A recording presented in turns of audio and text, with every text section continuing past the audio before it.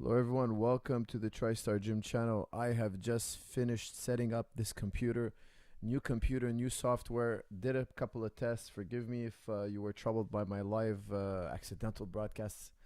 I am doing my best here to set this up. I have nobody in the chat room. I need somebody to double check the sound as usual.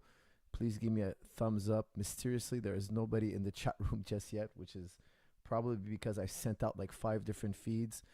All right, we got Fabio Marquez, double A. Good morning. Give me a thumbs up on the sound. Sound is working perfectly. We hear you, coach. All right, thank you guys. Appreciate it. Please be patient with me. I got a brand new computer. This one is supposed to not lag. I'm working with PC. I'm usually with Mac. There's delays. I got a new software. I got a new monitor. I got all sorts of new things. All to do this channel, all to do these episodes. I'm so glad to be back with this brand new equipment. Hopefully it gives us plenty of fun new live streaming options.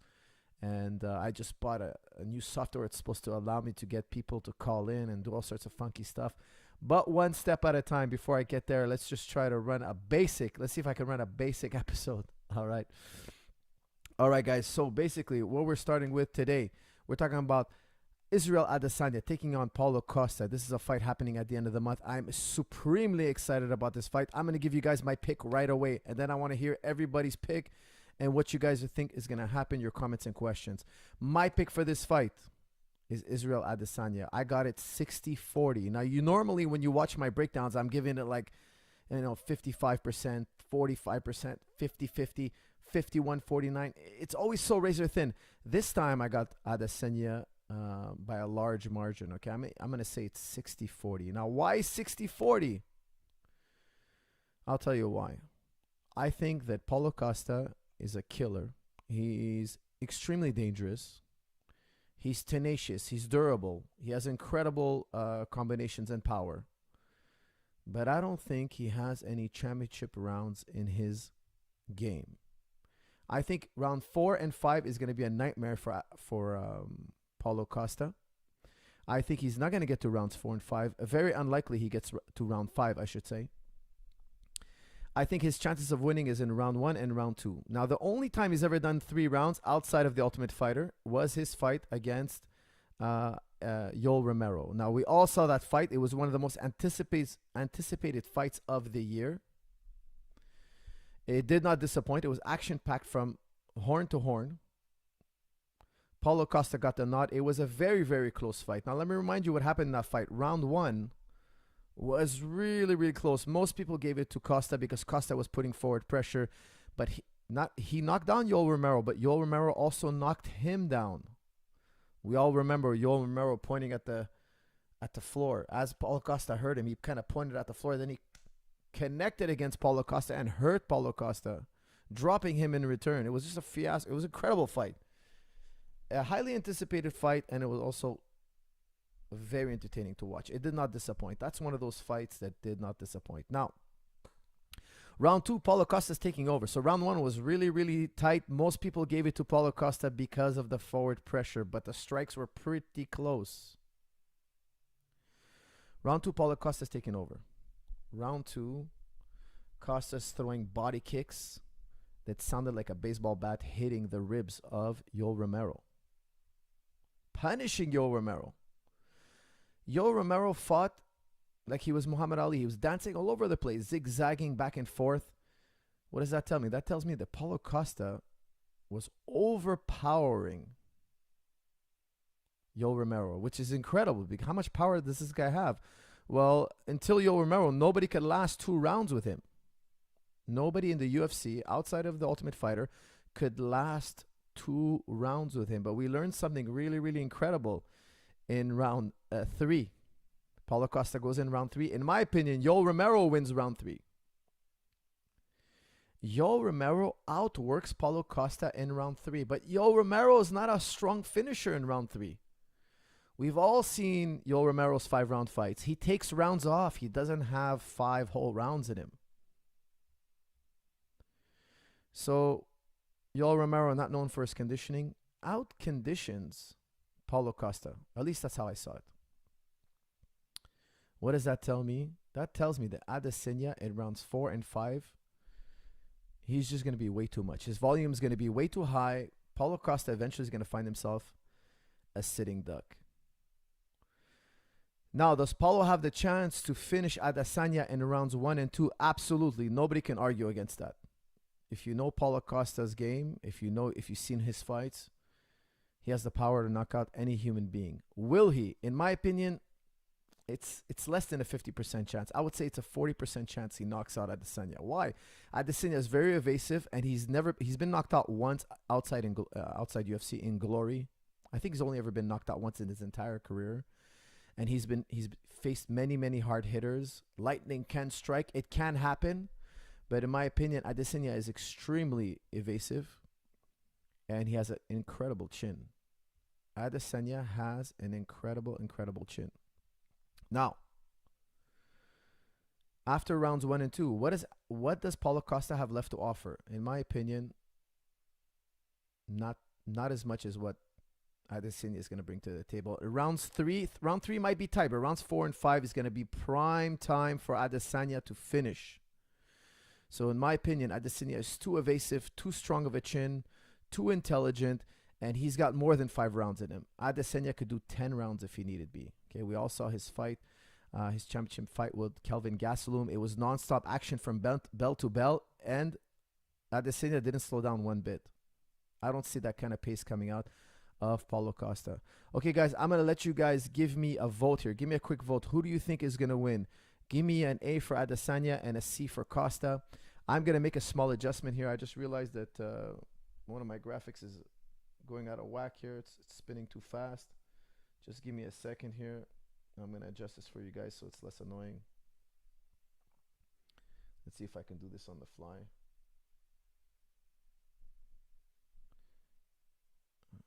Let's do it like this. Yes, for those of you who are impressed with my button pushing skills, I thank you in advance.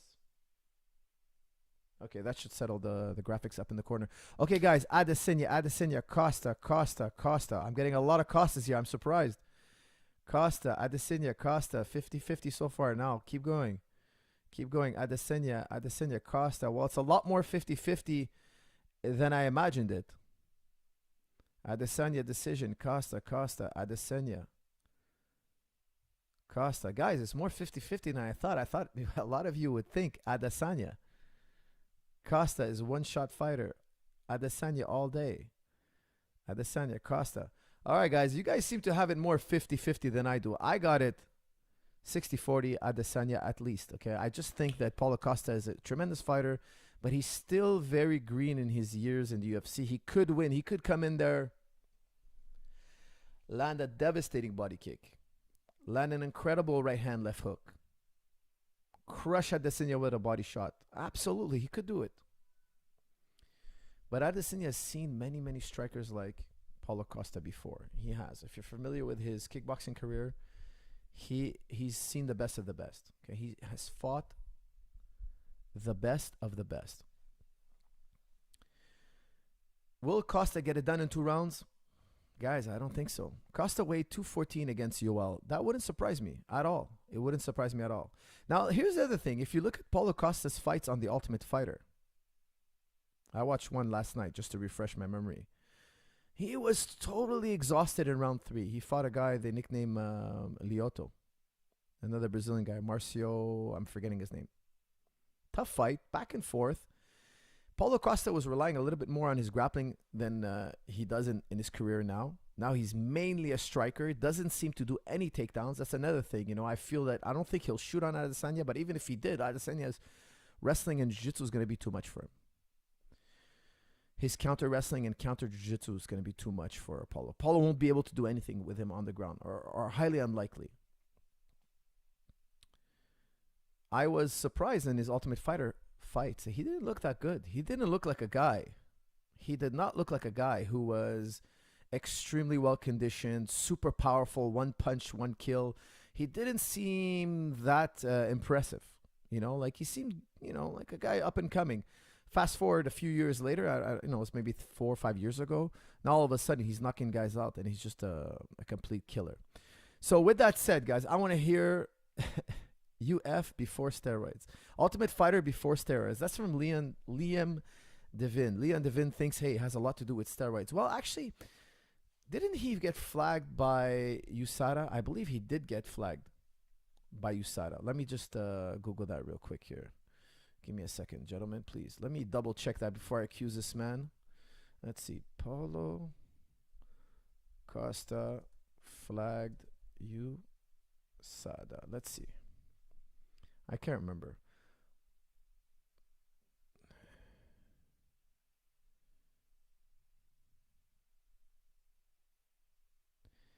Paulo Costa taunts Israel Adesanya. USADA never came for me in Brazil. Wow. I think he's taunting him that doctor of Paulo Costa banned for 2 years. That's really strange. Hold on, let's see what that's all about. Paulo Costa doctor banned for 2 years. Let's see here. The U.S. Anti-Doping Agency announced Dr. Lucas Penchel has accepted a 2-year sanction for violating USADA UFC policy. Brazilian doctor provided intravenous infusion to UFC middleweight Paulo Costa and his brother Carlo Costa. Okay, so he was flagged for an IV here.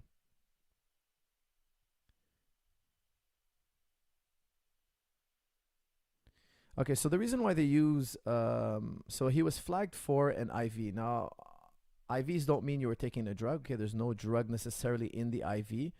However, you can dilute the drugs in your system, and therefore you can screw up a test. You know, when they test you for dope, it might be the case that you pass the test, or the test is the test cannot detect the dope because you have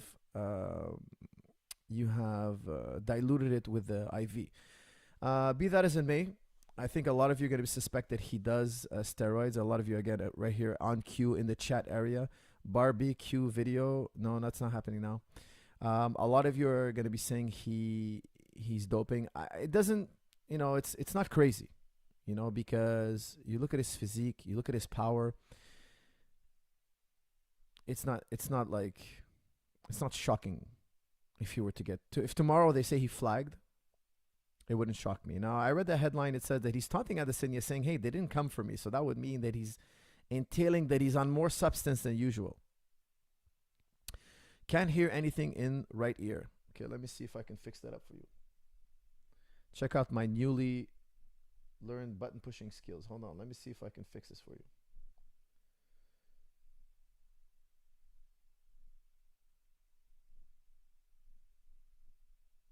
All right.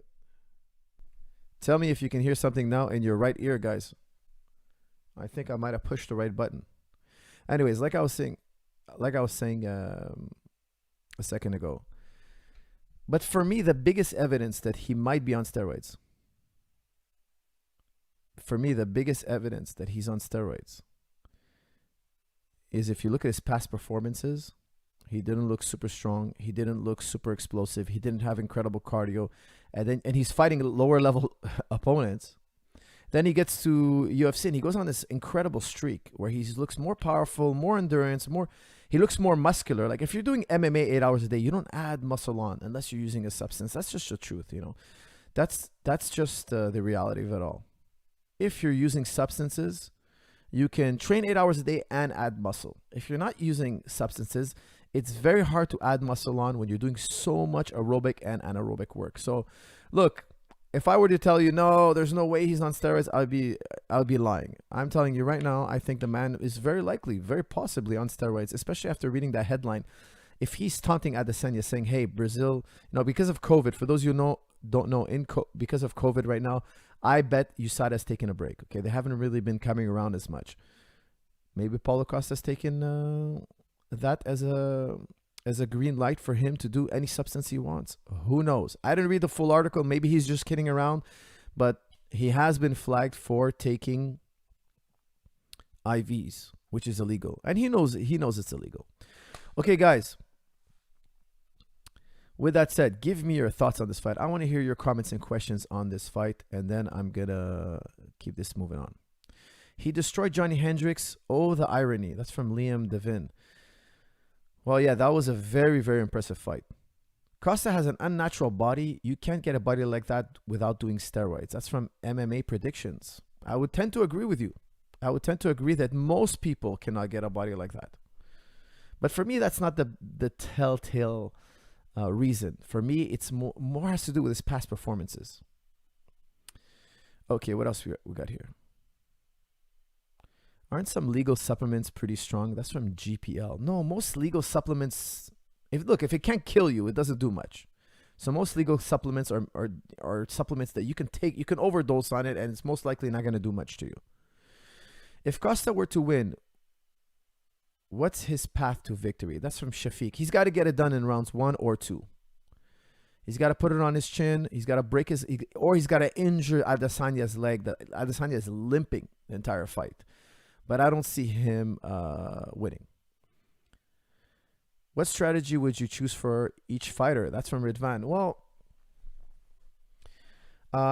if I was Adesanya's coach, I would take it in deeper rounds. Just to keep it vague. I don't like to give away too much information. But to keep it vague, Adesanya's got to take it down to rounds 3, 4, and 5 and look for a finish. Paulo Costa, in my opinion, ain't going to last that long. If he can't do 3 hard rounds with Yoel Romero, a Yoel Romero that's backing up nonstop, how's he going to do 3 rounds with Adesanya and then survive rounds 4 and 5? He's going to be hanging by a thread. Thoughts on Joel Jamieson's theory of MMA conditioning?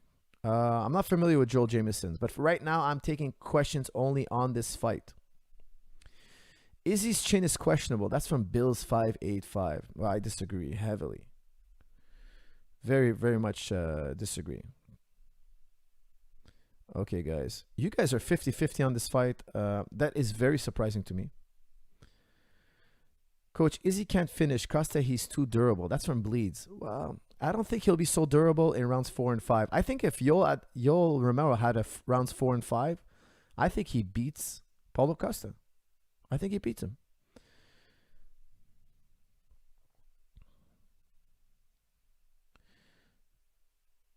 Costa is just Ricky Martin on TRT. That's from Lucas. He does look like Ricky Martin. That is true.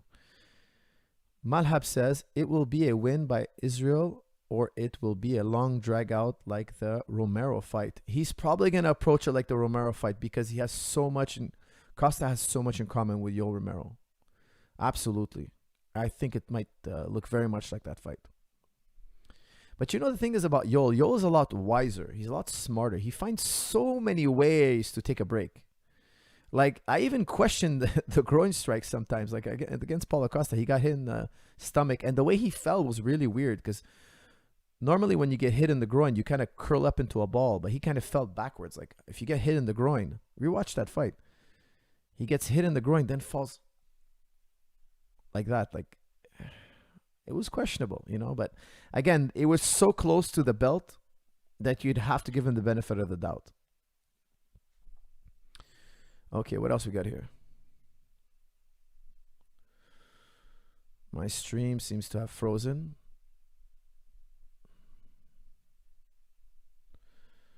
Okay. All right, let's see. We got a super chat here.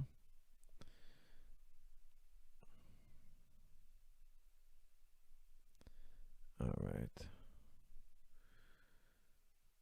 Is GSP going to fight Khabib? Guys, only questions, please, on the Paulo Costa fight versus Israel Adesanya. The chat room has frozen a little bit. It seems that my feed slowed down for some reason. But hopefully you guys are getting the feed once again.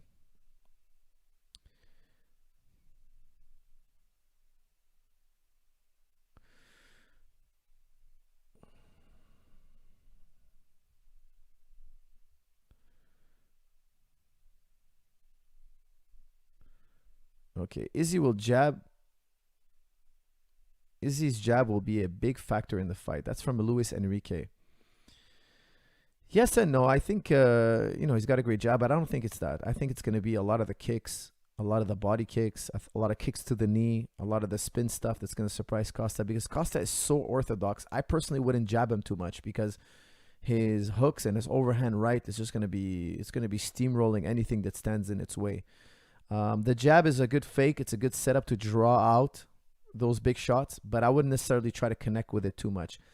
Unless Adesanya feels he can outspeed him, which is possible in the later rounds, but not in the first 1 and 2. First rounds 1 and 2 is going to be an ultra careful round for Adesanya. You'll see it. I guarantee Adesanya is too smart, too intelligent, too seasoned to go in there and just give Costa an easy target to hit. Hey guys, I'm going to send out a test in the chat room. For some reason, the chat room's like totally delayed here. Okay, here we go. Adesanya, luckily fortunate, 185, has a death of WC wrestlers. A Khabib or Kobe Usman has a hard time becoming champ. That's from Fling Flong. I'm not sure what you mean by that. I think what you mean is that there's not a lot of good wrestlers at 185. You know what? Kelvin Gastelum is a great wrestler. He's a very seasoned wrestler, and he had a lot of trouble taking down Adesanya. And, of course, Yoel Romero, a world-class wrestler, one of the best in his generation. An incredible Cuban-styled wrestling machine. And he didn't even try to take, or he partially took Adesanya down, didn't even bother after that. It's just Adesanya is a very, very competent wrestler. And his spinning and rolling, you know, when we saw Brunson try to take him down, he spun and rolled and twisted and turned. It was just too much energy to try to take him down. And that's why I think people are not trying to take him down. He's just too much of a handful. Okay, what else we got here? Who wins the grappling exchange? That's from Alexander. Alexander, I guarantee you Adesanya wins the grappling exchange. 100% guarantee. Israel Adesanya's jiu-jitsu and wrestling is better, in my opinion, than Paulo Costa. Costa is just a tenacious, ferocious killer striker. I don't want to say just. I mean, that's his chance to win. That's what he needs to do. He knows it. You know it. I know it. It's not a secret. The man's got incredible strikes. I was watching his fight last night with Yoel Romero to prepare for this video. And I could tell you one thing that was really, really impressive to me with those body kicks. In round 2, he landed three or four solid body kicks. I was amazed how Yoel covered it up, how Yoel just kind of played it off and pretended it didn't hurt. But those body kicks, I guarantee you, were punishing to Yoel. But Yoel is so wise. He's so intelligent. He stays so calm. And it was a very close fight. Like, I would hate to judge that fight. I know the popular vote gave it to Paulo Costa. But at the end of the day, I could see that it all came down to rounds 1. Okay, because round 3, I gave it to Yoel. Excuse me. Round 2, I gave it to Costa, no doubt. Round 1 was the tough one that I gave it to Costa, like the vast majority of you. But it wasn't by much. It wasn't by much. Okay, guys. I think we've covered this fight. I'm going to open it up to any question you guys want. Before I do that, I want to say a special thank you to TimTam.tech. And I want to show you guys a new feature from TimTam.tech, something that is so incredible and inexpensive. I want to show you guys what TimTam has come up with. This machine right here, guys. Excuse me. This machine right here. Look at this thing. This is a... Excuse me, 1 second. I'm going to screw this out. Basically, this is a universal adapter. Okay, this thing, what it does is you buy this thing from TimTam. You could put this on any massage gun, any high-powered massage gun. There's an adapter that comes with it. And you basically charge this thing on its own. You have a power button here. You push power. And this thing's going to heat up to 115 degrees Fahrenheit. It has 3 different temperatures, but it goes up to 115 degrees Fahrenheit. That's about 47 degrees Celsius. It gets super hot. It'll loosen up any muscle you have. You attach it to any massager. So if you got that Hyper Ice massager, if you got that other one, I forget, a Theragun massager, or of course if you got a TimTam, you can turn your regular TimTam into a high-powered, super hot, super strong heated massager. This is a universal adapter, heated tip adapter by TimTam.tech. It's less than $100, and for now, if you order today, they have a promotion. You get the adapter for whatever massage gun you have. So if you have the Theragun, if you have the Hyper Ice, if you have the TimTam, if you have this TimTam right here, or even if you have the Pro. Now, if you have the Pro, you already have a heated tip, but this heated tip is even hotter than this one. This one goes out to about 98 degrees Fahrenheit. The new heated tip Gives you about an hour of heat, more heat than you would need at 115 degrees Fahrenheit. Guys, this thing is incredible, man. You charge it on its own. It has its own adapter. It's amazing, guys. Pick one up. You won't regret it. It's about 75 bucks or so. It's on special now. Make sure to get it. Special thank you for TimTam for sending me the heated universal adapter. I love it. It comes in a little box like this, and you guys get free adapters right now. So pick it up. If you have that Hyper Ice, if you got the other one, the Theragun, or you have the TimTam, pick it up now and make sure that your body is never sore. Never have a tight muscle again. Okay, guys, with that said, that should give you guys plenty of time to upload your questions. Let's talk about absolutely anything you guys want to talk about. Ask me any question you would like. Let's open it up. Okay. All right, let's see here. Costa will... I just opened it up to anything. First super chat is a question about Costa. Okay, Coach, will Costa's body work not help? Will Costa's body work not help in slowing down Adesanya in later rounds? Question mark. Also, he might be wiser with energy science in his first 5 rounds. Okay, Ali, I think I understand what you're saying. You're saying, look, aren't Paulo Costa's punishing body attacks going to slow down Israel Adesanya? I would agree with you. And 2, you're saying, isn't he going to just be more careful? Is he going to pace himself for 5 rounds? I totally agree with you. You know, getting tired in 3 rounds doesn't mean you can't do 5. You're for sure going to pace yourself totally differently in a 5-rounder. But in my opinion, it had nothing to do with pace. I feel that a lot of fighters that have a lot of 1-round KOs, especially ones that are overly muscled, you know, it takes a lot of oxygen to feed those muscles. I've just seen that type of fighter in the past. They look so dangerous in rounds 1 and 2. But take them through the halfway mark. All of a sudden, they start looking really human. And then after that, give them a few more minutes, they start looking really sluggish and weak. And that's what we saw with Yoel Romero. He was in a very close fight, and he didn't finish strong on at the finish line on the Yoel Romero fight. If you remember how the Yoel Romero fight ended, it was with Paulo Costa up against the fence taking shots. And it wasn't an impressive third. It was a competitive third, but I just feel it wasn't a question of pacing. Now, here's my biggest fear for Adesanya is that is that Paulo Costa is on some major substances. Maybe he's on EPO, and that will make a monstrous difference. Now, I don't want to throw any allegations at the guy. I'm going to assume he's innocent until he gets caught, if he ever gets caught. But that could be a way that you get incredible cardio in such a short period of time. But it's highly dangerous. I don't recommend it to anybody. You can literally die from such a thing. Okay, so please be very careful and never do these kind of things. Okay, this is supremely dangerous. Never do it. Okay, guys? All right, so... Oh, guys, by the way, some really good news. Tristar Gym is going to be reopening this coming Tuesday. Quebec has lifted the ban against combat sports. The temporary ban has now been lifted. There was a temporary ban against judo, boxing, karate, kickboxing, every combat sport, wrestling, everything. Now it's been lifted. We are open once again. First class, Tuesday, 7 p.m. in Montreal. Tristar Gym is reopening to full schedule. The gym is open from 4 p.m. and on, full schedule. Pros are training during the day, so high quality, high-level amateurs and professionals training during the day. And after 4 p.m., we have an open gym for everybody. I'm going to be there. I'm teaching class on Tuesday, Jiu-Jitsu and wrestling. This coming Tuesday, Tristar Gym reopens. Thank God. I am extremely grateful. I'm super excited, super happy to have you all back in the gym. And we're going to have a blast. I guarantee you. Okay, here we go. What's the first question? Why isn't butterfly... We have a super chat here. Why isn't butterfly guard used more in MMA? I think butterfly guard is a phenomenal guard. It's more used in transition. So if you take me down, I'll butterfly sweep you. And butterfly guard does get used in MMA. But mostly fighters will use it. And when their opponent's base, they'll hip heist. Okay, so it's not necessarily always going to be the move that scores. But it's used in conjunction with get-ups. In MMA, you're going to see a lot more get-ups. I personally use the butterfly guard a lot when people try to take me down. And if they base, I'm going to jump up to my feet. And I use my guard in reverse a lot. Okay, I really believe the guard needs to be used more in reverse.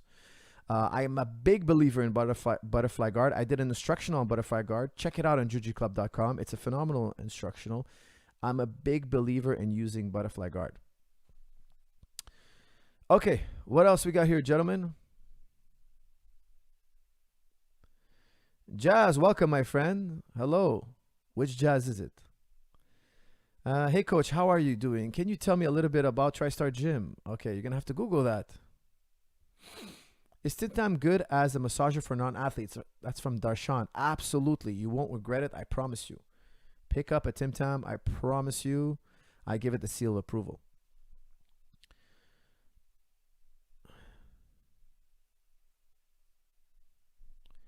Okay, what else we got here? Gentlemen, give me some training-related questions. Do you think Adesanya needs to put on more weight? Muscle. That's from Khaled. Khaled, no, I wouldn't think so. I think he's perfectly efficient. More muscle is not always better. Too little muscle, obviously not good. I think he looks strong, man. When you saw him wrestle with Brunson, Brunson is a strong guy. He's a very physical fighter. You saw what he did with Lyoto Machida in the Machida fight. I mean, he's just a phenom. You saw his fight with Yoel Romero. He was winning the fight with Yoel Romero. He's doing incredible with Yoel Romero. He's an incredible athlete. Adesanya handled him beautifully. Now, if I was Adesanya's coach, I'd ask him, hey, do you feel like you're being overpowered? I would look for that in the gym. But I don't think he ever gets overpowered. I've never seen him be overpowered in a fight. It would surprise me if he gets overpowered in the gym. I don't think it's a problem at all for him. Coach, I think Kobe beats Woodley 9 times out of 10. He ragdolls him against the fence to win a dominant decision. Woodley can only win by backing up to the fence and landing an unlucky one-punch KO. That's from IA MMA Predictions. Hello, Mr. MMA Predictions. Listen, I got to tell you, I'm going to do a little sidebar here. I would like to do a whole episode on that fight. Unfortunately, I probably won't have the time. I like that fight. I'm excited about that fight. I wish I could have got to work with Woodley for this fight. You know, the border is closed. The Canadian border is still closed to Americans. So a lot of Americans are coming in, but having a lot of trouble getting across the border. I would tell you that I agree with you. I think that Kobe will win this fight. Why? He's in the prime of his career. And I think that Woodley is going to have some trouble. But here's the good news for Woodley. Let me give you more than, I wouldn't say 9 times out of 10. Let's call it 7 times out of 10. And here's why, okay? Woodley, in my opinion, and I say this with the utmost respect. I have a lot of respect for the guy. He was world champion. He's one of the best fighters to ever do it, okay? He's a little bit too careful, in my opinion. That's the truth. He's too calculated. He's too patient. In this fight, he has nothing to lose and everything to prove. Everybody's expecting him. I would say the vast majority of people are going to pick Kobe. He doesn't have to fight careful. You know, sometimes when you're not expected to win, you could take more risks. There's less pressure on you to be perfect. I think Woodley needs to be a little bit more reckless. And I rarely give this kind of advice. I rarely give this kind of advice. Maybe reckless is not the correct word. He needs to be more aggressive. And you're right, he needs to stay away from the fence. If he goes to the fence, he's gift wrapping a win for Kobe. He's just gift wrapping him a win. He's just like saying, here, take this win. I think Woodley can move forward. I think he absolutely can do it. I think he can win this fight. He has the tools, but he's got to step forward. He's got to slip his way in. He's got to march his way in. He's got to put on a forward pressure and back Kobe up. Can he keep up the pace with Kobe? He needs to. He needs to. He can't win sitting back up against the fence. It's unlikely he wins. Unlikely he wins with that strategy. People are expecting him to do it. They're not surprised by the right hand no more. It's just too predictable. It has become too predictable. Now, back in the day, it was surprising. I don't think Kobe gets surprised. If he wants to be Kobe Covington, and that's a tall order, he's going to have to get moving. He's going to have to get aggressive. He's going to have to push forward. And I think because he has nothing to lose, and I think he has good coaches around him, I think they're going to motivate him and light a fire under him. And I hope he does it. He needs to do it. Better to go out on his shield, I think. He's getting in a point in his career where it's better for him to go out on his shield fighting than circling and giving the fans a fight that they're not going to like.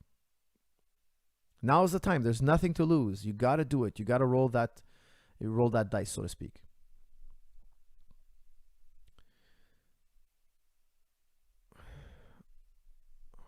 Okay, guys, unfortunately, oh, here we go. For some reason, the YouTube's dragging its feet. I'm having a little bit of lag here. But it says my stream is in excellent condition, so I'm not too sure what's going on. This is from Base Dinobot. Ever read about the 3 energy systems of the body? Aerobic, lactic anaerobic, and alactic anaerobic. Or the theory that less than 50% of energy expenditure in seemingly anaerobic work, like boxing, is aerobic. Base, yes, I've talked about it many times, and it's not necessarily 3 energy systems. There's actually more than that, but they lump it up in 3. So you have ATP, you have your glycogen, and then after that, slowly you roll into oxygen. Absolutely, this is it's a very good model to work with when you're training. Okay, so when you're training, you want to be super explosive. So think 0 to 60, hurdles, Olympic lifting, 20-meter sprints, plyometrics. That's your 0 to 60. You're training your ATP. Then your glycogen reserves. Okay, so 2-minute intervals. And you got about 2 minutes of reserves of glycogen. So 2 minutes of running, 1 minute rest, 2 minutes of running. That's your let's call it the first half of your fight. Let's say you're getting ready for a 3. I know half your fight is more than, it's 7 minutes. Okay, it's roughly about 7 minutes, 7.5 minutes. But what I'm saying is, let's say you're doing intervals of 2 minutes of running and 1 minute of rest. You're really preparing for the early part of your fight, because that's very anaerobic. Okay, because you're never really going full out in a fight, right? When you're fighting, are you working at 95% in the fight? No, you're working at probably 60, 70%. So if you run for 2 minutes, about 95% or 90%, let's call it 90%, you're really draining those glycogen reserves. And then after that, you got to prep for the last part of your fight. Okay, so the second half of your fight is more aerobic. Do a 5K run. Do something about, I would say, 20 to 25 minutes. Still relatively close to your fight. Okay, because then you're going to be dipping into your oxygen reserves. You're going to be working more that third round cardio. Let's call it that, okay, to use a simple term. All right, guys. I'm looking at... I'm trying to figure out why this thing is lagging. Let's see if I close a couple of tabs here. Maybe that'll help. Okay, it says my stream is excellent, but for some reason, I think I'm getting some lag here. I'm having a little trouble with that, but I apologize. Again, I got a bunch of new equipment, and it's supposed to be running pristine. So I hope you guys are getting a good feed. I'm going to review this episode later to see if I can work out any more of these kinks and hopefully give you guys the best stream in the future. 420 smoke up for the coach. That's from JG. JG, I am not smoking up. A lot of people tell me that. A lot of people tell me, Coach, look at your eyes. You look like you're smoked up. The only reason my eyes are like this is because there's a very powerful light shining on me right now, okay? It's a studio light that I bought for this podcast. And for some reason, I don't know how to use it. I'm not a light guy. Maybe it's too bright. But when I don't put it super bright, you guys complain that the screen is not good. I don't know. You guys got me going crazy. You guys got me more light, more sound. Right earphone is not working. Left earphone is not working. Stream is delayed. I'm doing my best for you here, guys. I got you guys a big studio light. It's actually quite uncomfortable. I get used to it, but I kind of squinting all the time. But it has nothing to do with marijuana, my friends. Nothing to do. Coach is sober at the wheel. I can promise you this. Coach is 100% sober. And I'm sure you could tell by the way I'm speaking that I am 100% sober all the time. What to focus on when beginning to strike? That's from Adam Odar. Well, I really recommend a lot of shadow boxing. It's going to give you a chance for you to loosen up and get coordinated. That's number one. And after that, do a lot of bag work. So graduate to bag work. But start with shadow because a lot of fighters, a lot of beginners are very stiff. They don't know how to relax their bicep, their back muscles. And when they're retracting their punch, they don't know how to relax their tricep. It's really coordination until you develop a more smooth mechanic. Okay.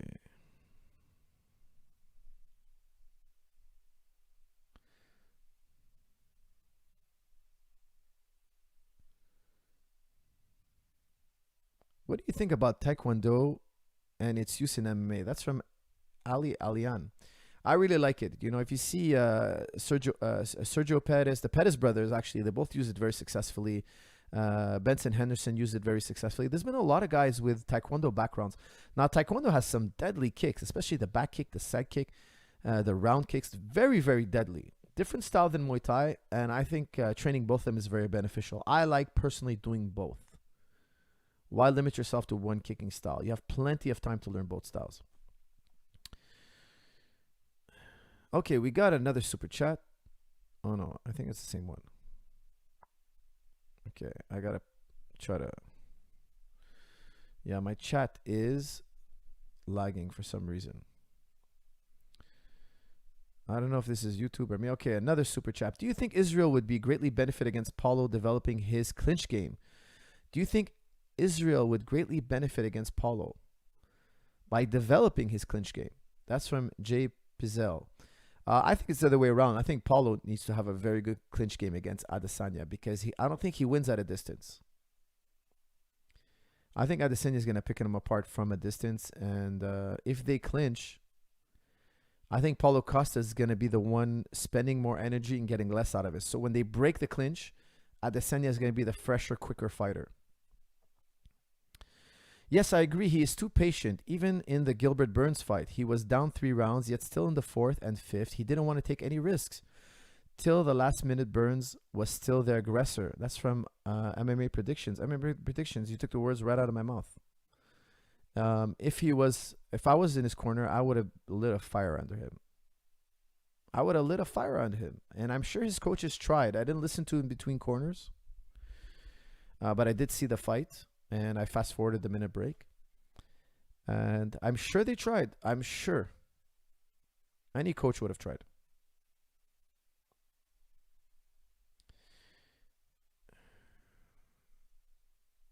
Stream is good. Thank you for letting me know.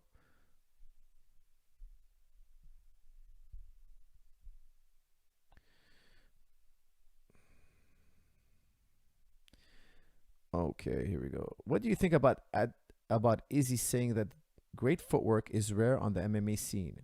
And do you think more MMA fighters would invest increased time in footwork? That's from Sami Benali.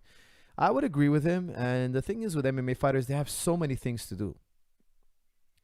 Footwork is very, very important. Absolutely. But so is head movement, proper punching mechanics, wrestling, grappling, judo, freestyle, Greco. There's just so much to do. Footwork is really, really important if you're tall and lanky to keep the fight at a distance. And Adesanya is tall and lanky, so I understand that his training experience, it's supremely important. But I also tend to agree with him that generally speaking, if you were to compare boxers and MMA striking, the boxers have understood that footwork is more important. And I think the MMA scene has not understood that just yet. Screen and sound is perfect. No lagging at all, coach. That's from California Love. California Love, I got to tell you, I feel the love from you. I appreciate it. I'm happy to hear that the lagging is only on my side. I could take the beating. I'm more than happy to do it for you guys. As long as you guys are having a good, clean stream, I'm happy to hear it.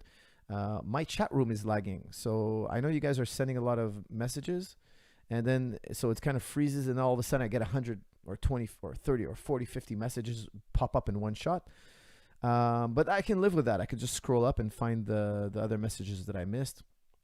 And it's actually good. It's a little less overwhelming for me. So I'm happy to just let you guys know exactly what I'm experiencing here on this side. Okay, here we go. Are body shots less effective against muscular opponents like Paulo Costa? That's from Chapati. Listen, I've seen guys with huge stomachs. I've had guys in the gym like, he's got a huge beer belly. He's like, punch me in the stomach as hard as you can. I will hit him in the gut and it wouldn't do anything to the guy. Now again, these are much bigger individuals, 80 pounds heavier than me. But still, like sometimes I wonder, like if having a giant gut, like if you train and you have a giant gut and you got like, I don't know, it's kind of like going to the body against Butterbean. Like who went to the body against Butterbean? I can't think of anybody ever attacking Butterbean's body, to be honest with you. And I probably wouldn't attack the body, honestly. I feel that it wouldn't do much. But it's strange. Sometimes you see a guy with a huge gut, you touch his gut, and it's so sensitive, and he falls on the ground. And then some other guy with a huge, ginormous gut, you hit him in the body, you're tip kicking him in the body, and there's not much there. Like, he could take it. Now, with muscular individuals, generally speaking, it has nothing to do with it.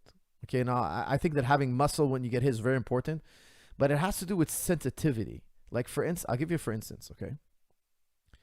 If you give me somebody who does CrossFit 5 times a week and he's super fit, and then you let me hit him in the stomach, yes, he's going to resist it more than an average Joe. Absolutely, his stomach is more trained, but it's still going to hurt him a lot. A guy who's less muscular, less strong, who does body impact, and I've seen this, guys. I've seen karate guys who do crazy amount of body impact. Training people in Muay Thai, like when we kick each other in the first few times, they're so sensitive to the body. Like, you tip a beginner to the body, they fold in half and they hit the ground. Why? They're not used to being teeped. It's the nerves in the body. It's not as much the muscle. I think the muscle is very important. But what I'm trying to tell you is, to really take a body shot, you got to take body shots. So sometimes we do what's called impact training. You know, I'll put my hands up like this and have my partner just kind of hit me in the body for 2-3 minutes. Just kind of work my body like if it was a punching bag. And then I'll reciprocate. I'll do 2 minutes hitting him in the body. And it's really just getting hit in the body that I feel is the most important. Because I've seen guys in incredible shape get a little tiny baby body shot and fold in half. But what has impressed me in all my years of martial arts is seeing guys with huge guts, never been hit in the body, be able to take a shot. Now, I've never seen a muscular guy walk in the gym and say, hey, give me a body shot. I've never done any boxing in my life, but I could take a body shot. That I haven't seen. So for me, the hierarchy is impact training, giant beer bellies that mysteriously, like incredibly mysterious reason, I have no idea why, but sometimes certain individuals with giant beer bellies seem to be immune to body shots, or I should say less susceptible. Being muscular and all that, that's secondary. Really, I would say it's third place even, but still important. We need a full philosophy podcast. Maybe one day, my friend. I'm really focused on getting this podcast off once a week. So I gotta make sure that I'm doing that on a regular basis. Coach, what do you do when you listen to your audiobook? That's from Darsha. Usually I'm right before sleep. So a lot of times I'm watching fights or whatever, and I'm listening to an audio. Because I often don't listen to the commentary because I rather listen to something else. So part of my mind is listening to the audiobook, and the other part of my mind is watching and analyzing fights. I don't always do it that way. Sometimes I'm just analyzing fights. But sometimes when I want to relax or just chill, I'll get in bed, put on an audiobook. If I feel tired, like today, I'm not going to analyze footage. I'm not going to watch fights. I'm not going to go over tape, of upcoming opponents or anything like that. I'm just going to relax. I'll put an audiobook, lay down in bed and listen to it. And usually it takes me about an hour and a half to go to sleep. So I'll get a good hour and a half at least. And the other times is when I'm driving. Whenever I'm driving to the gym, twice a day, back and forth. I have 2 hours of commute a day. So half an hour each way and twice a day. Most of the time, we'll listen to audiobooks. Coach, what do you think about Paulo Costa saying that black lives don't matter? That's from Newman99. Well, Newman, I'm going to Google that, and I really hope he did not say that. I really, really hope he did not say that. I'm just going to... Hold on a sec. Paulo Costa. Let's see. I really hope he didn't say that. I have a feeling that you're just talking smack. I really hope that this is not the case. Let me Google that real quick here. All right, nothing comes up. Thankfully, Paulo Costa, Black Lives Matter, did not come up. Again, I was just being trolled. Thank God I Googled that. I don't think he would say such an ignorant thing. I'm happy and nothing came up. Thoughts about Alistair Overeem? Is time for him to quit? He is 40 years old. That's from Khalid. It's not because of his age. I would say I think it's because he's been hurt too many times in there. So if I was him, I think I would maybe do one last fight.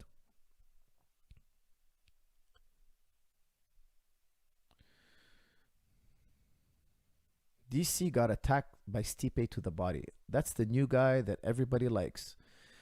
Well, new guy that everybody likes. Yes, but mostly in their second fight. The body shots made a Tremendous difference.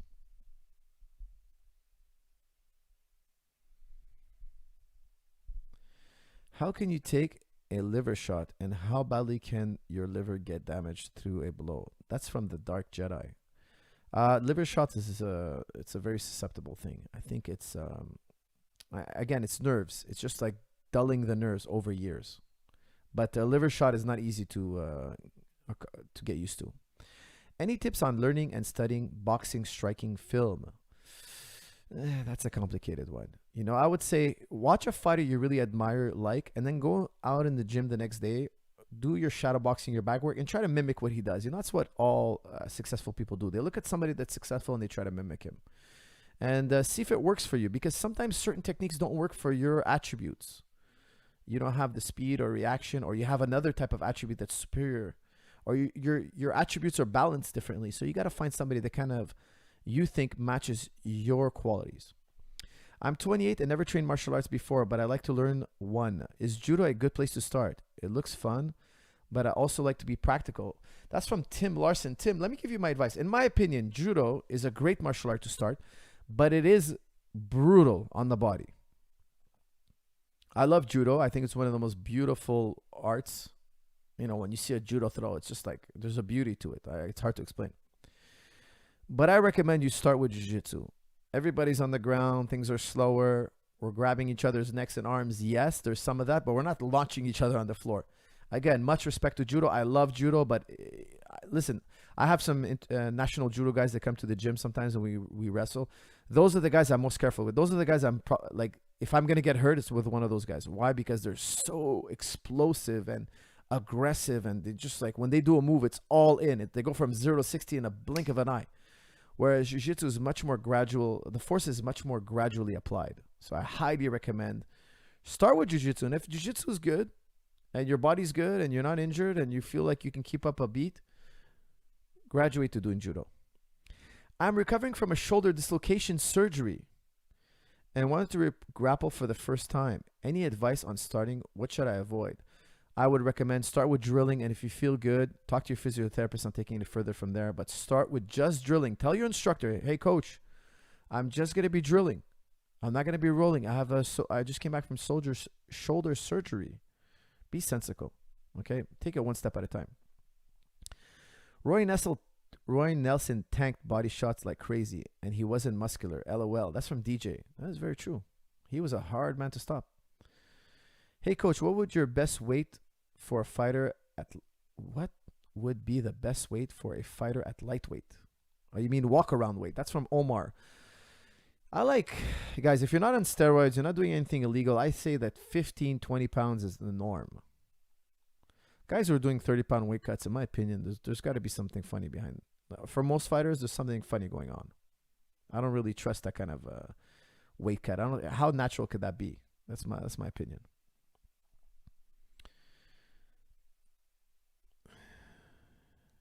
Coach, what's your favorite guard in BJJ? That's from Sam. Listen, I love open guard, inverted guard as a transition, and butterfly guard. So those three. I don't play too much close guard. I would play close guard, but I feel that in today's MMA, if there was no time limit, so if it was in the Vale Tudo days, for those of you not familiar, Vale Tudo, the original MMA in Portugal and in Brazil, it's Portuguese for anything goes. There was no time limit, so close guard made sense. But now, if you close the guard and hold the guy tight and you try to catch him with a sub, what happens is you run out of time. You're on your back. It was a close. Not much happened. They give it to the other guy. Because of the rounds, because of the rules, because of the way judging is applied today, I personally wouldn't play a lot of close guard. I would want to invert the guard to leg lock him because I love leg locks. I would want to use my butterfly hooks to hip heist back to my feet. Or I would use the open guard to up kick and transition into a leg lock. Okay, so those are my kind of guards that I like to play. They're highly aggressive. They're very time sensitive. They work in a very quick fashion. Playing close guard, in my opinion, is conceding at least to very likely losing that round. Not for sure you're going to lose the round, but it's most likely you're going to lose that round. But if you gave me unlimited time, I would use close guard all day. Why? Because close guard is the safest guard. but it just takes a long time to work.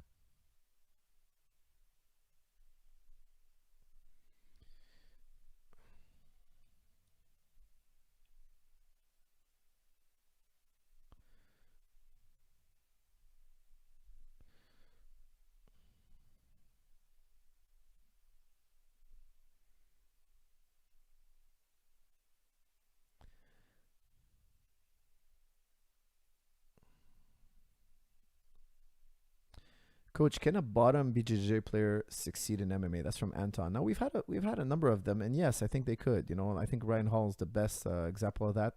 He drops to his guard and he puts people in leg locks, and it's just the end of the fight, and people run out of his guard. So yes, definitely can be used to win fights. Absolutely.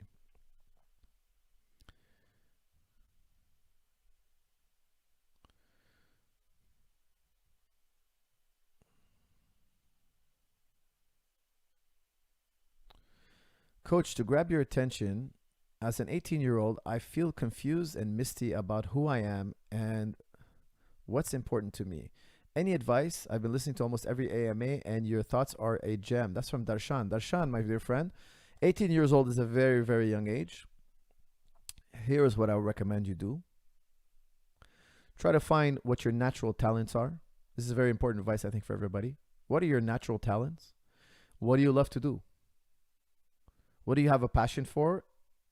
And what natural talents do you have? So you have to find a field where these two intersect. I have a natural talent to succeed in this field, and I have a passion for this, because you need passion, right? Because if you, I don't know, for instance, let's say you like tennis or whatever, you have to love tennis to do tennis 8 hours a day or 5 hours a day or whatever. How many hours the tennis pros practice? I don't know how many hours they practice.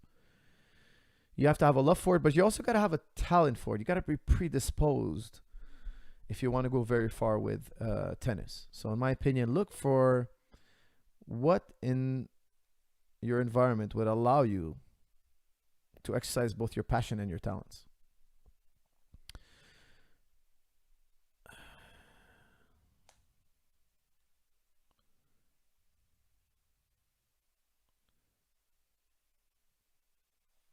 Salam, brother. Greetings from Thailand. I am Thai Muslim. That's from AA Magic. Well, salam to you too, AA Magic.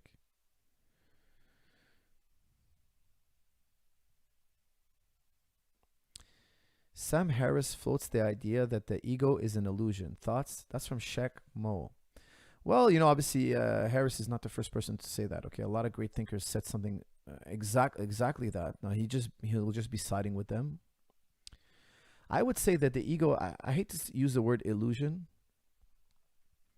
I rather say that the ego is information.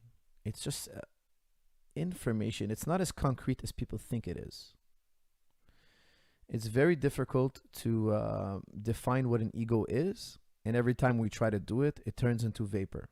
So it's a concept we have in our mind, but we can never, to use an example, we can never hold it in our hand or define it in a parameter. We're just unable to. We're just literally, many philosophers have tried, many theologians have tried, many great thinkers have tried. So people tend to say that it's an illusion. Well, that violates George Berkeley's rule on esse percipi. To be is to be perceived. If something is perceived, it must exist in some way. How could you perceive something that doesn't exist?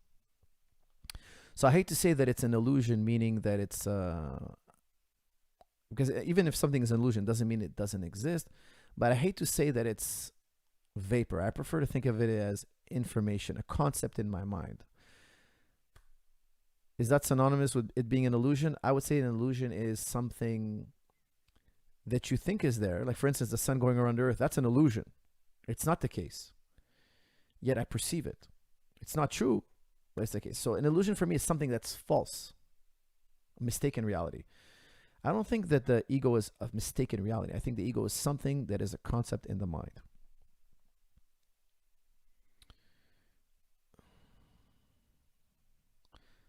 Coach, tips for a 40-year-old beginner, gi or no gi. That's from JM. Look, JM, just to don't be dominant on the mat. Go in there and look, I'm 40, okay, but I have a lot of jiu-jitsu years, so I can,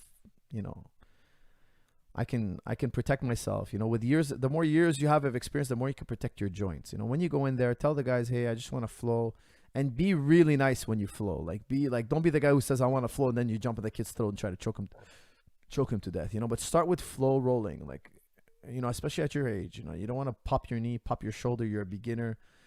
Go on the mat, try to learn. Don't try to dominate, and make friends, and you should do well.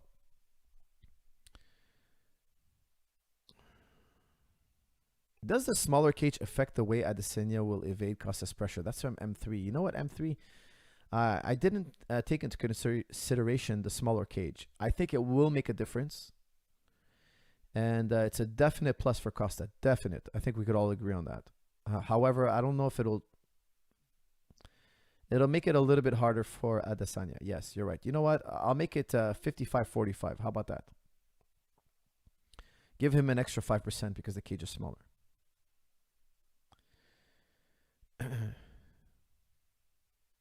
Coach, how do you feel? How do you keep your posture perfect? That's from Umur Zakov. Well, Mr. Zakov, you gotta stabilize your spine. Okay, you gotta stabilize your lumbar spine. Check out Kelly Starrett's Supple Leopard. I'm not gonna go over it now because it'll be a bit complicated and I have to demo it. But that is a crucial aspect to keeping your back and neck healthy. Make sure to pick up that book. It is the How to Keep Your Body Healthy book. And pick up a TimTam. That's the greatest tool. Ortega versus Zombie. That's from Anton. Guys, I'm so excited about that fight. That is a credible fight. I think I'm going to go with Zombie on... I think I'm going to go with Ortega. Zombie, I don't know, guys. I give a slight edge to Zombie. Slight edge, but my heart's with Ortega. My brain is telling me Zombie. But maybe we do a full breakdown on that fight. Really excited about that fight. Thank you, JSM. That is very sweet of you and very appreciated. Money is a social contract. That's from Artem Loba. Yes, that is true. Money is a social construct. That is very, very true.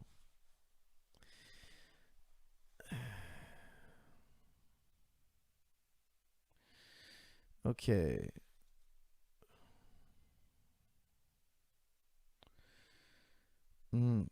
Love your ethics. Thank you very much. My chat is once again lagging a bit. I gotta scroll up. Your take on evolution. That's from J4208. Wow. Wow, Jay. Now you put me in a thick position here. What is my take on evolution? Well, I have a very complex take on evolution, but I'm not an expert in evolution. So for those of you who are familiar with philosophy, I'm coming to you from a point of epistemology, okay? From a philosopher's point of view. Let's call it that. It'll be simpler. I could tell you that there's such a clash between evolution and religion. But people have to understand this clash is really it's a clash mostly by evolution and Christianity. Okay, science and Christianity have had some good times in the past and they've had some very bad times in the past. Okay, it's not true that all theologians and all religious Christians thinkers were anti-science. It's not true at all. However, it is true that some were feverishly anti-science. Okay, so I don't want to broad stroke and make a broad stroke statements here and say that Christians are anti-science. It's not true, especially today's Christians. Okay, there are very smart Christians today, and there were some yesterday, but there were some that were feverishly anti-science. Now, you guys will Google this name for me. Okay, you Google Al-Jahiz. Al-Jahiz wrote the book called Kitab al-Haywanat, the Book of Animals. Now, this was a Muslim scholar. He was a black Muslim scholar. He hailed from... Where did he hail from? Was he Somalian? I can't remember where the brother comes from. I think he was Somalian. He wrote a book, and he said, look, animals go through natural selection. Their environment selects the animals that are most predisposed to survive in that environment, and certain traits are passed on. You might think, hey, that's very reminiscent of what Darwin said. Now, don't forget, Al-Jahiz said this about 1,000 years before. Why did he say this about 1,000 years before? Well, when Europe was going through its dark ages, okay, after Rome fell, Christianity was on the rise in a way that was just incredible. Christianity took over Europe, toppled Rome, crushed Rome, and then you had a dark age where if it doesn't say it in the Bible, we don't want it, get it out of here. Now again, this is a very particular attitude that took way from a particular reformed Christians, okay? There are select Christians that spread this kind of thinking. Now in Islam, we had a very different type of thinking. We had a golden age of science. In the same period, we had a golden age of science that lasted about 600 to 800 years. And in this golden period, Al-Jahiz wrote a book laying the foundation for what today people will call evolution. Now, natural selection and evolution are very different. Here's the thing about Islam. Islam doesn't care if you make a discovery that, how can I explain it? The Quran is very vague into how the world was created and how things came about. Whereas the Bible is interpreted in a very particular way. So if something in science goes against an interpretation, the Christians want, and certain Christians again, want to take it literal. Whereas in Islam, the cosmology is this, okay? If you guys ever, if you're familiar with the philosophy of Islam, if you're familiar with Imam Ghazali, which I'm not going to go into a whole thing about Imam Ghazali because I've talked about it before.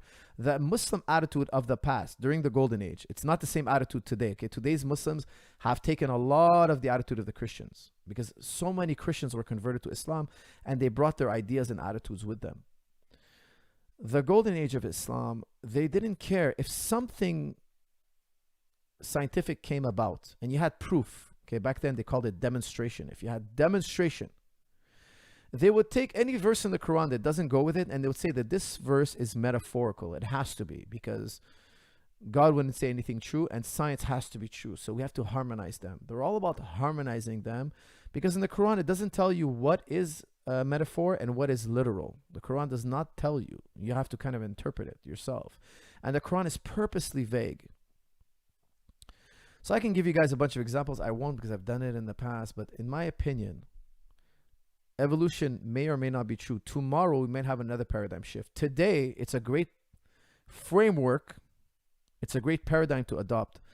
But the thing is, science is never conclusive. So if you ask me if I believe in evolution, yeah, I believe evolution happens. Sure, they have the best minds have a consensus on it. So I consider it a framework. But like every scientific fact, it could always be falsified, right? Karl Popper taught us that if it cannot be falsified, it's not science. Now you're doing math. If it cannot be falsified, now you're doing math. Okay, I'm using the word math because everybody's more,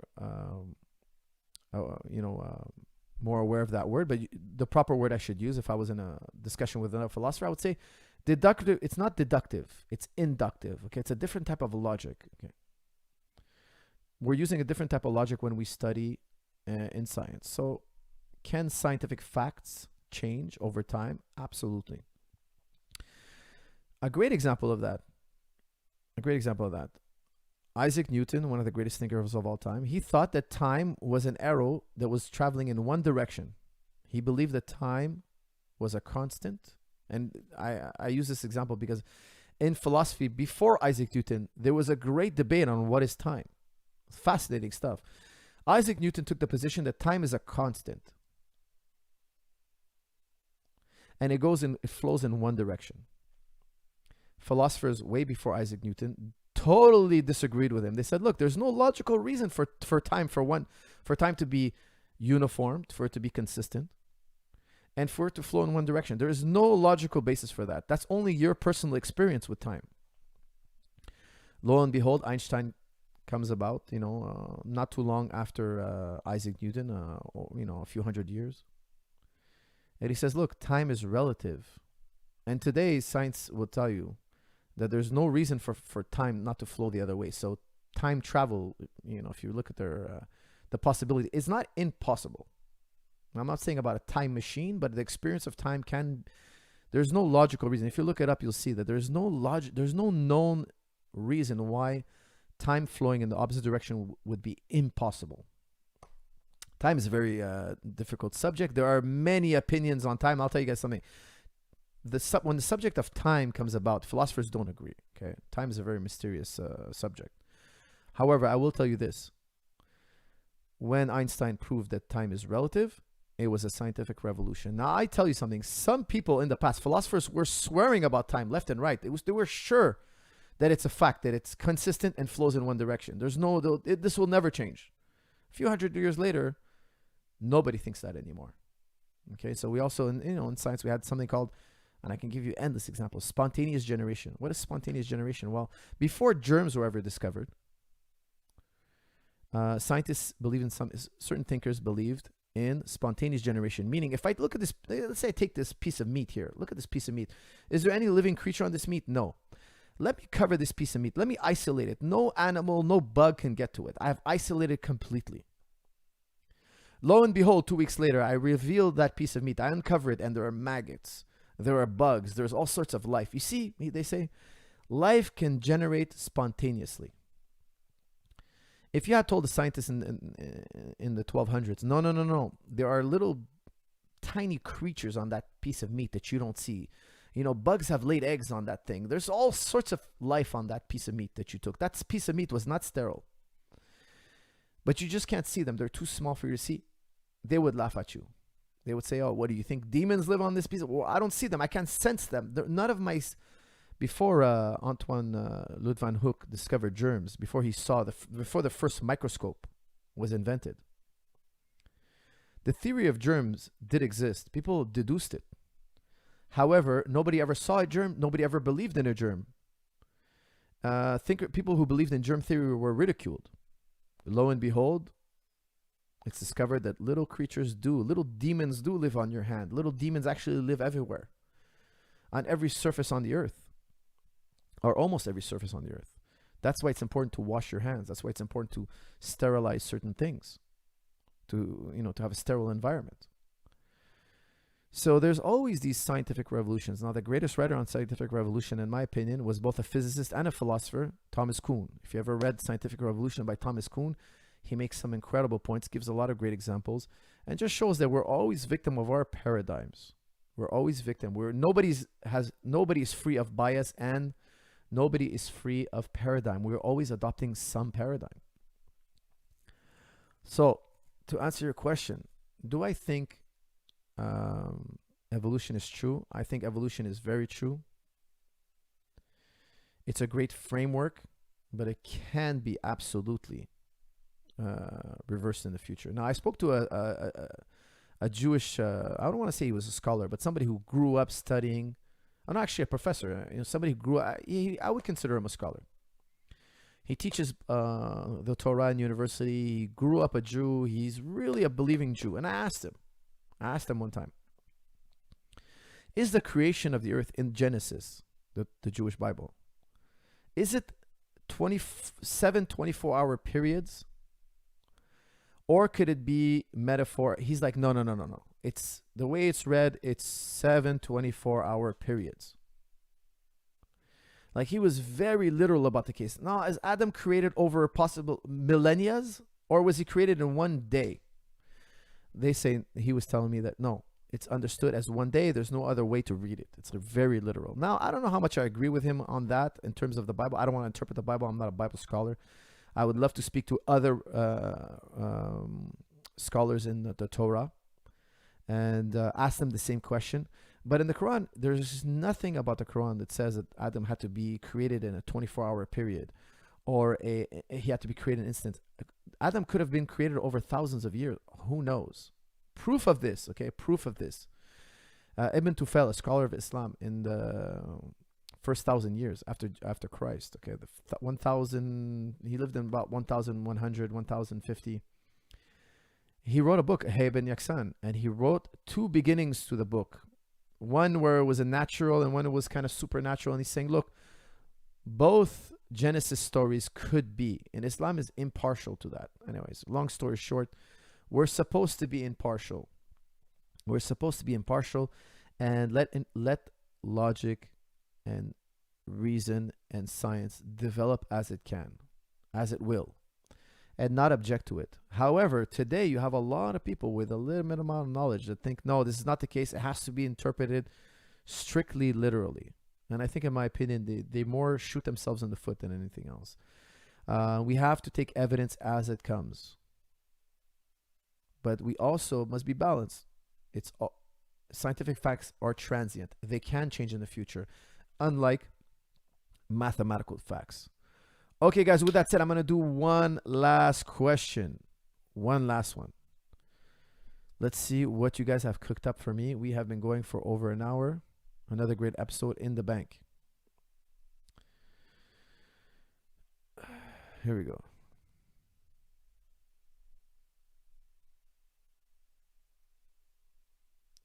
Okay.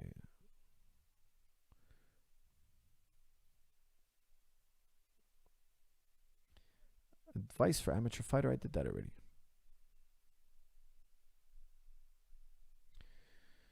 Okay, I got another lag. I'm going to wait for your questions to upload. You missed a super chat. Okay.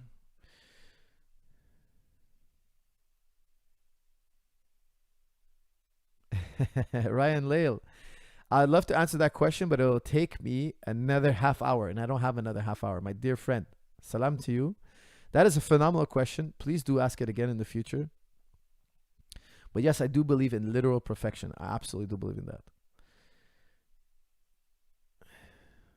We will have a talk about literal perfection in the future, my dear friends, but not today, because it will take me a minimum of a half hour.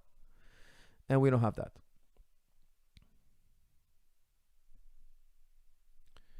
Please give me another chance to ask that question in the future.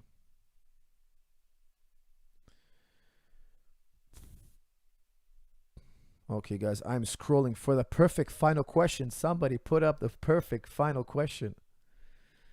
We got 800 people here in the chat room. Somebody give me. Just picked up a TimTam. Best decision ever. That's from Podge the Hodge. Podge the Hodge. You are wise. You are a gentleman and a scholar, and you are wise beyond your years.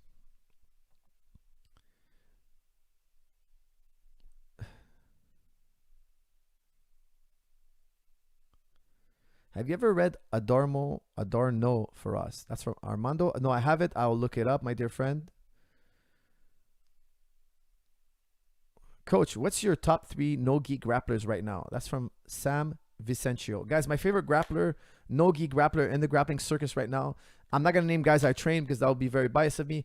But I would say my favorite to watch is Gary Tonin by far. I love to watch Gary Tonin. I find he's the most dynamic. I love his jiu-jitsu. I find it entertaining. The guy's crazy. He doesn't stop attacking. If everybody rolled like him, jiu-jitsu would be a professional sport. And I'm sorry, it would be an Olympic sport is what I meant to say. Excuse me. It would be like, the numbers would be huge. It would be not UFC level maybe, but it would be such a popular sport. If everybody did like Gary Tonin. I think that the rules should be based upon pushing jiu-jitsu practitioners to be more like Gary Tonin. The way he scrambles, the way he attacks, the way he exposes his back just a little bit so he can roll into leg locks. Like, he takes a lot of risks. He entertains the fans. The guy's incredible. You've all seen him. We all love him. Nobody misses a Gary Tonin match. I've never seen a boring Gary Tonin match. I think he's won like 5 EBIs or something like that. He's incredible across the board. He does it all. Takedowns, takedown defense, bottom game, top game. The guy just never stops. He does quick submissions, long drawn-out decisions, battles to the end. Like, he's fought heavier. He's fought Paul Harris, for goodness sake. That guy's just incredible. My favorite grappler. Second favorite grappler, I would probably say Gordon Ryan for sure. Gordon Ryan's just, he's just too perfect. He's just his guard, his game is just too perfect. Very different. Very different than Gary, even though they train together all the time, of course. But still incredible to watch because his game is so perfect. I like to watch a perfect game. And I would say that's as close as you can get to it. Another favorite grappler of mine from back in the day, I would say, is Rafa Mendes. I just always loved watching Rafa Mendes because I've just found he was brilliant, especially the way he passes the guard. If you love jiu-jitsu, do yourself a favor. Put Rafa Mendes highlight, and you're gonna be astonished, man. The way he moves, it's like, is this guy putting on a ballet dance or is he passing guard? It's just incredible the way he jumps from one side to the other, and he breaks grips, and and you said no gi grappler, and a lot of his fights were gi, but he's also a brilliant no gi grappler, a brilliant, phenomenal no gi grappler. Okay, so watching him no gi, I've seen, I've watched a lot of all his no gi matches, almost all of them. His passing is just like, it's stunning. It's stunning. It's stunning. Okay, guys, I got another super chat. If Ran, oh God, Alex Heaton, I would love to answer that question, but that's another half hour, my friend. Ask it for another podcast. He asked a question on randomness, one of my favorite topics. But unfortunately, Mr. Alex Heaton, I said I was doing one more question, my dear friend, and that was it. Alex Heaton, I'm going to give you a shout out. Shout out to my brother Tarek for helping me set up this crazy podcast thingamajigger. I'm still perfecting this home studio of mine. I promise it's going to get better in the future. And I will tell you all that the podcast will be getting better and better in the future. I promise you that. I've just bought a super duper software that's going to allow me to have guests on the show in the future. I'll be able to call people and have them chime in, and we can have cool, fascinating discussions live with you all chiming in. I hope that's going to be in the future. Don't forget, Tristar Gym open this next Tuesday. What is next Tuesday? Let me see. What is the date? We are September 3rd. Let me give you guys the date. The date where Tristar Gym is now legally allowed to operate once again. It's going to be September 8th, my dear friends. September 8th. Tristar Gym, 7 o'clock. BJJ and wrestling class given by yours truly. I will be there. We will have fun. We will be rolling again. Regular schedule as of 4 p.m. every day after that. So the gym opens to the public at 4 p.m. every single day. Evening schedule is back on. I can't wait to see you all in person. The gym is back open, and I do believe the TriStar dorms will be open also very soon. More on that soon.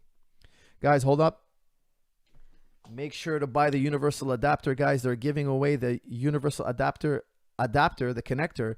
If you have a Hyper Ice or a Theragun, or you have a TimTam gun. If you have the all-new TimTam, this is the all-new super powerful machine. If you have one of these, this thing heats it. You charge it on its own. You attach it to any power massager whatsoever. You push power. You have 3 heats. It goes up to 115 degrees Fahrenheit. This thing is a fireball. It will loosen any muscle you have. I promise you. Check it out. You won't regret it. The coach would never lie to you. Guys, with that, thank you for tuning in. I got to sign off. I wish you all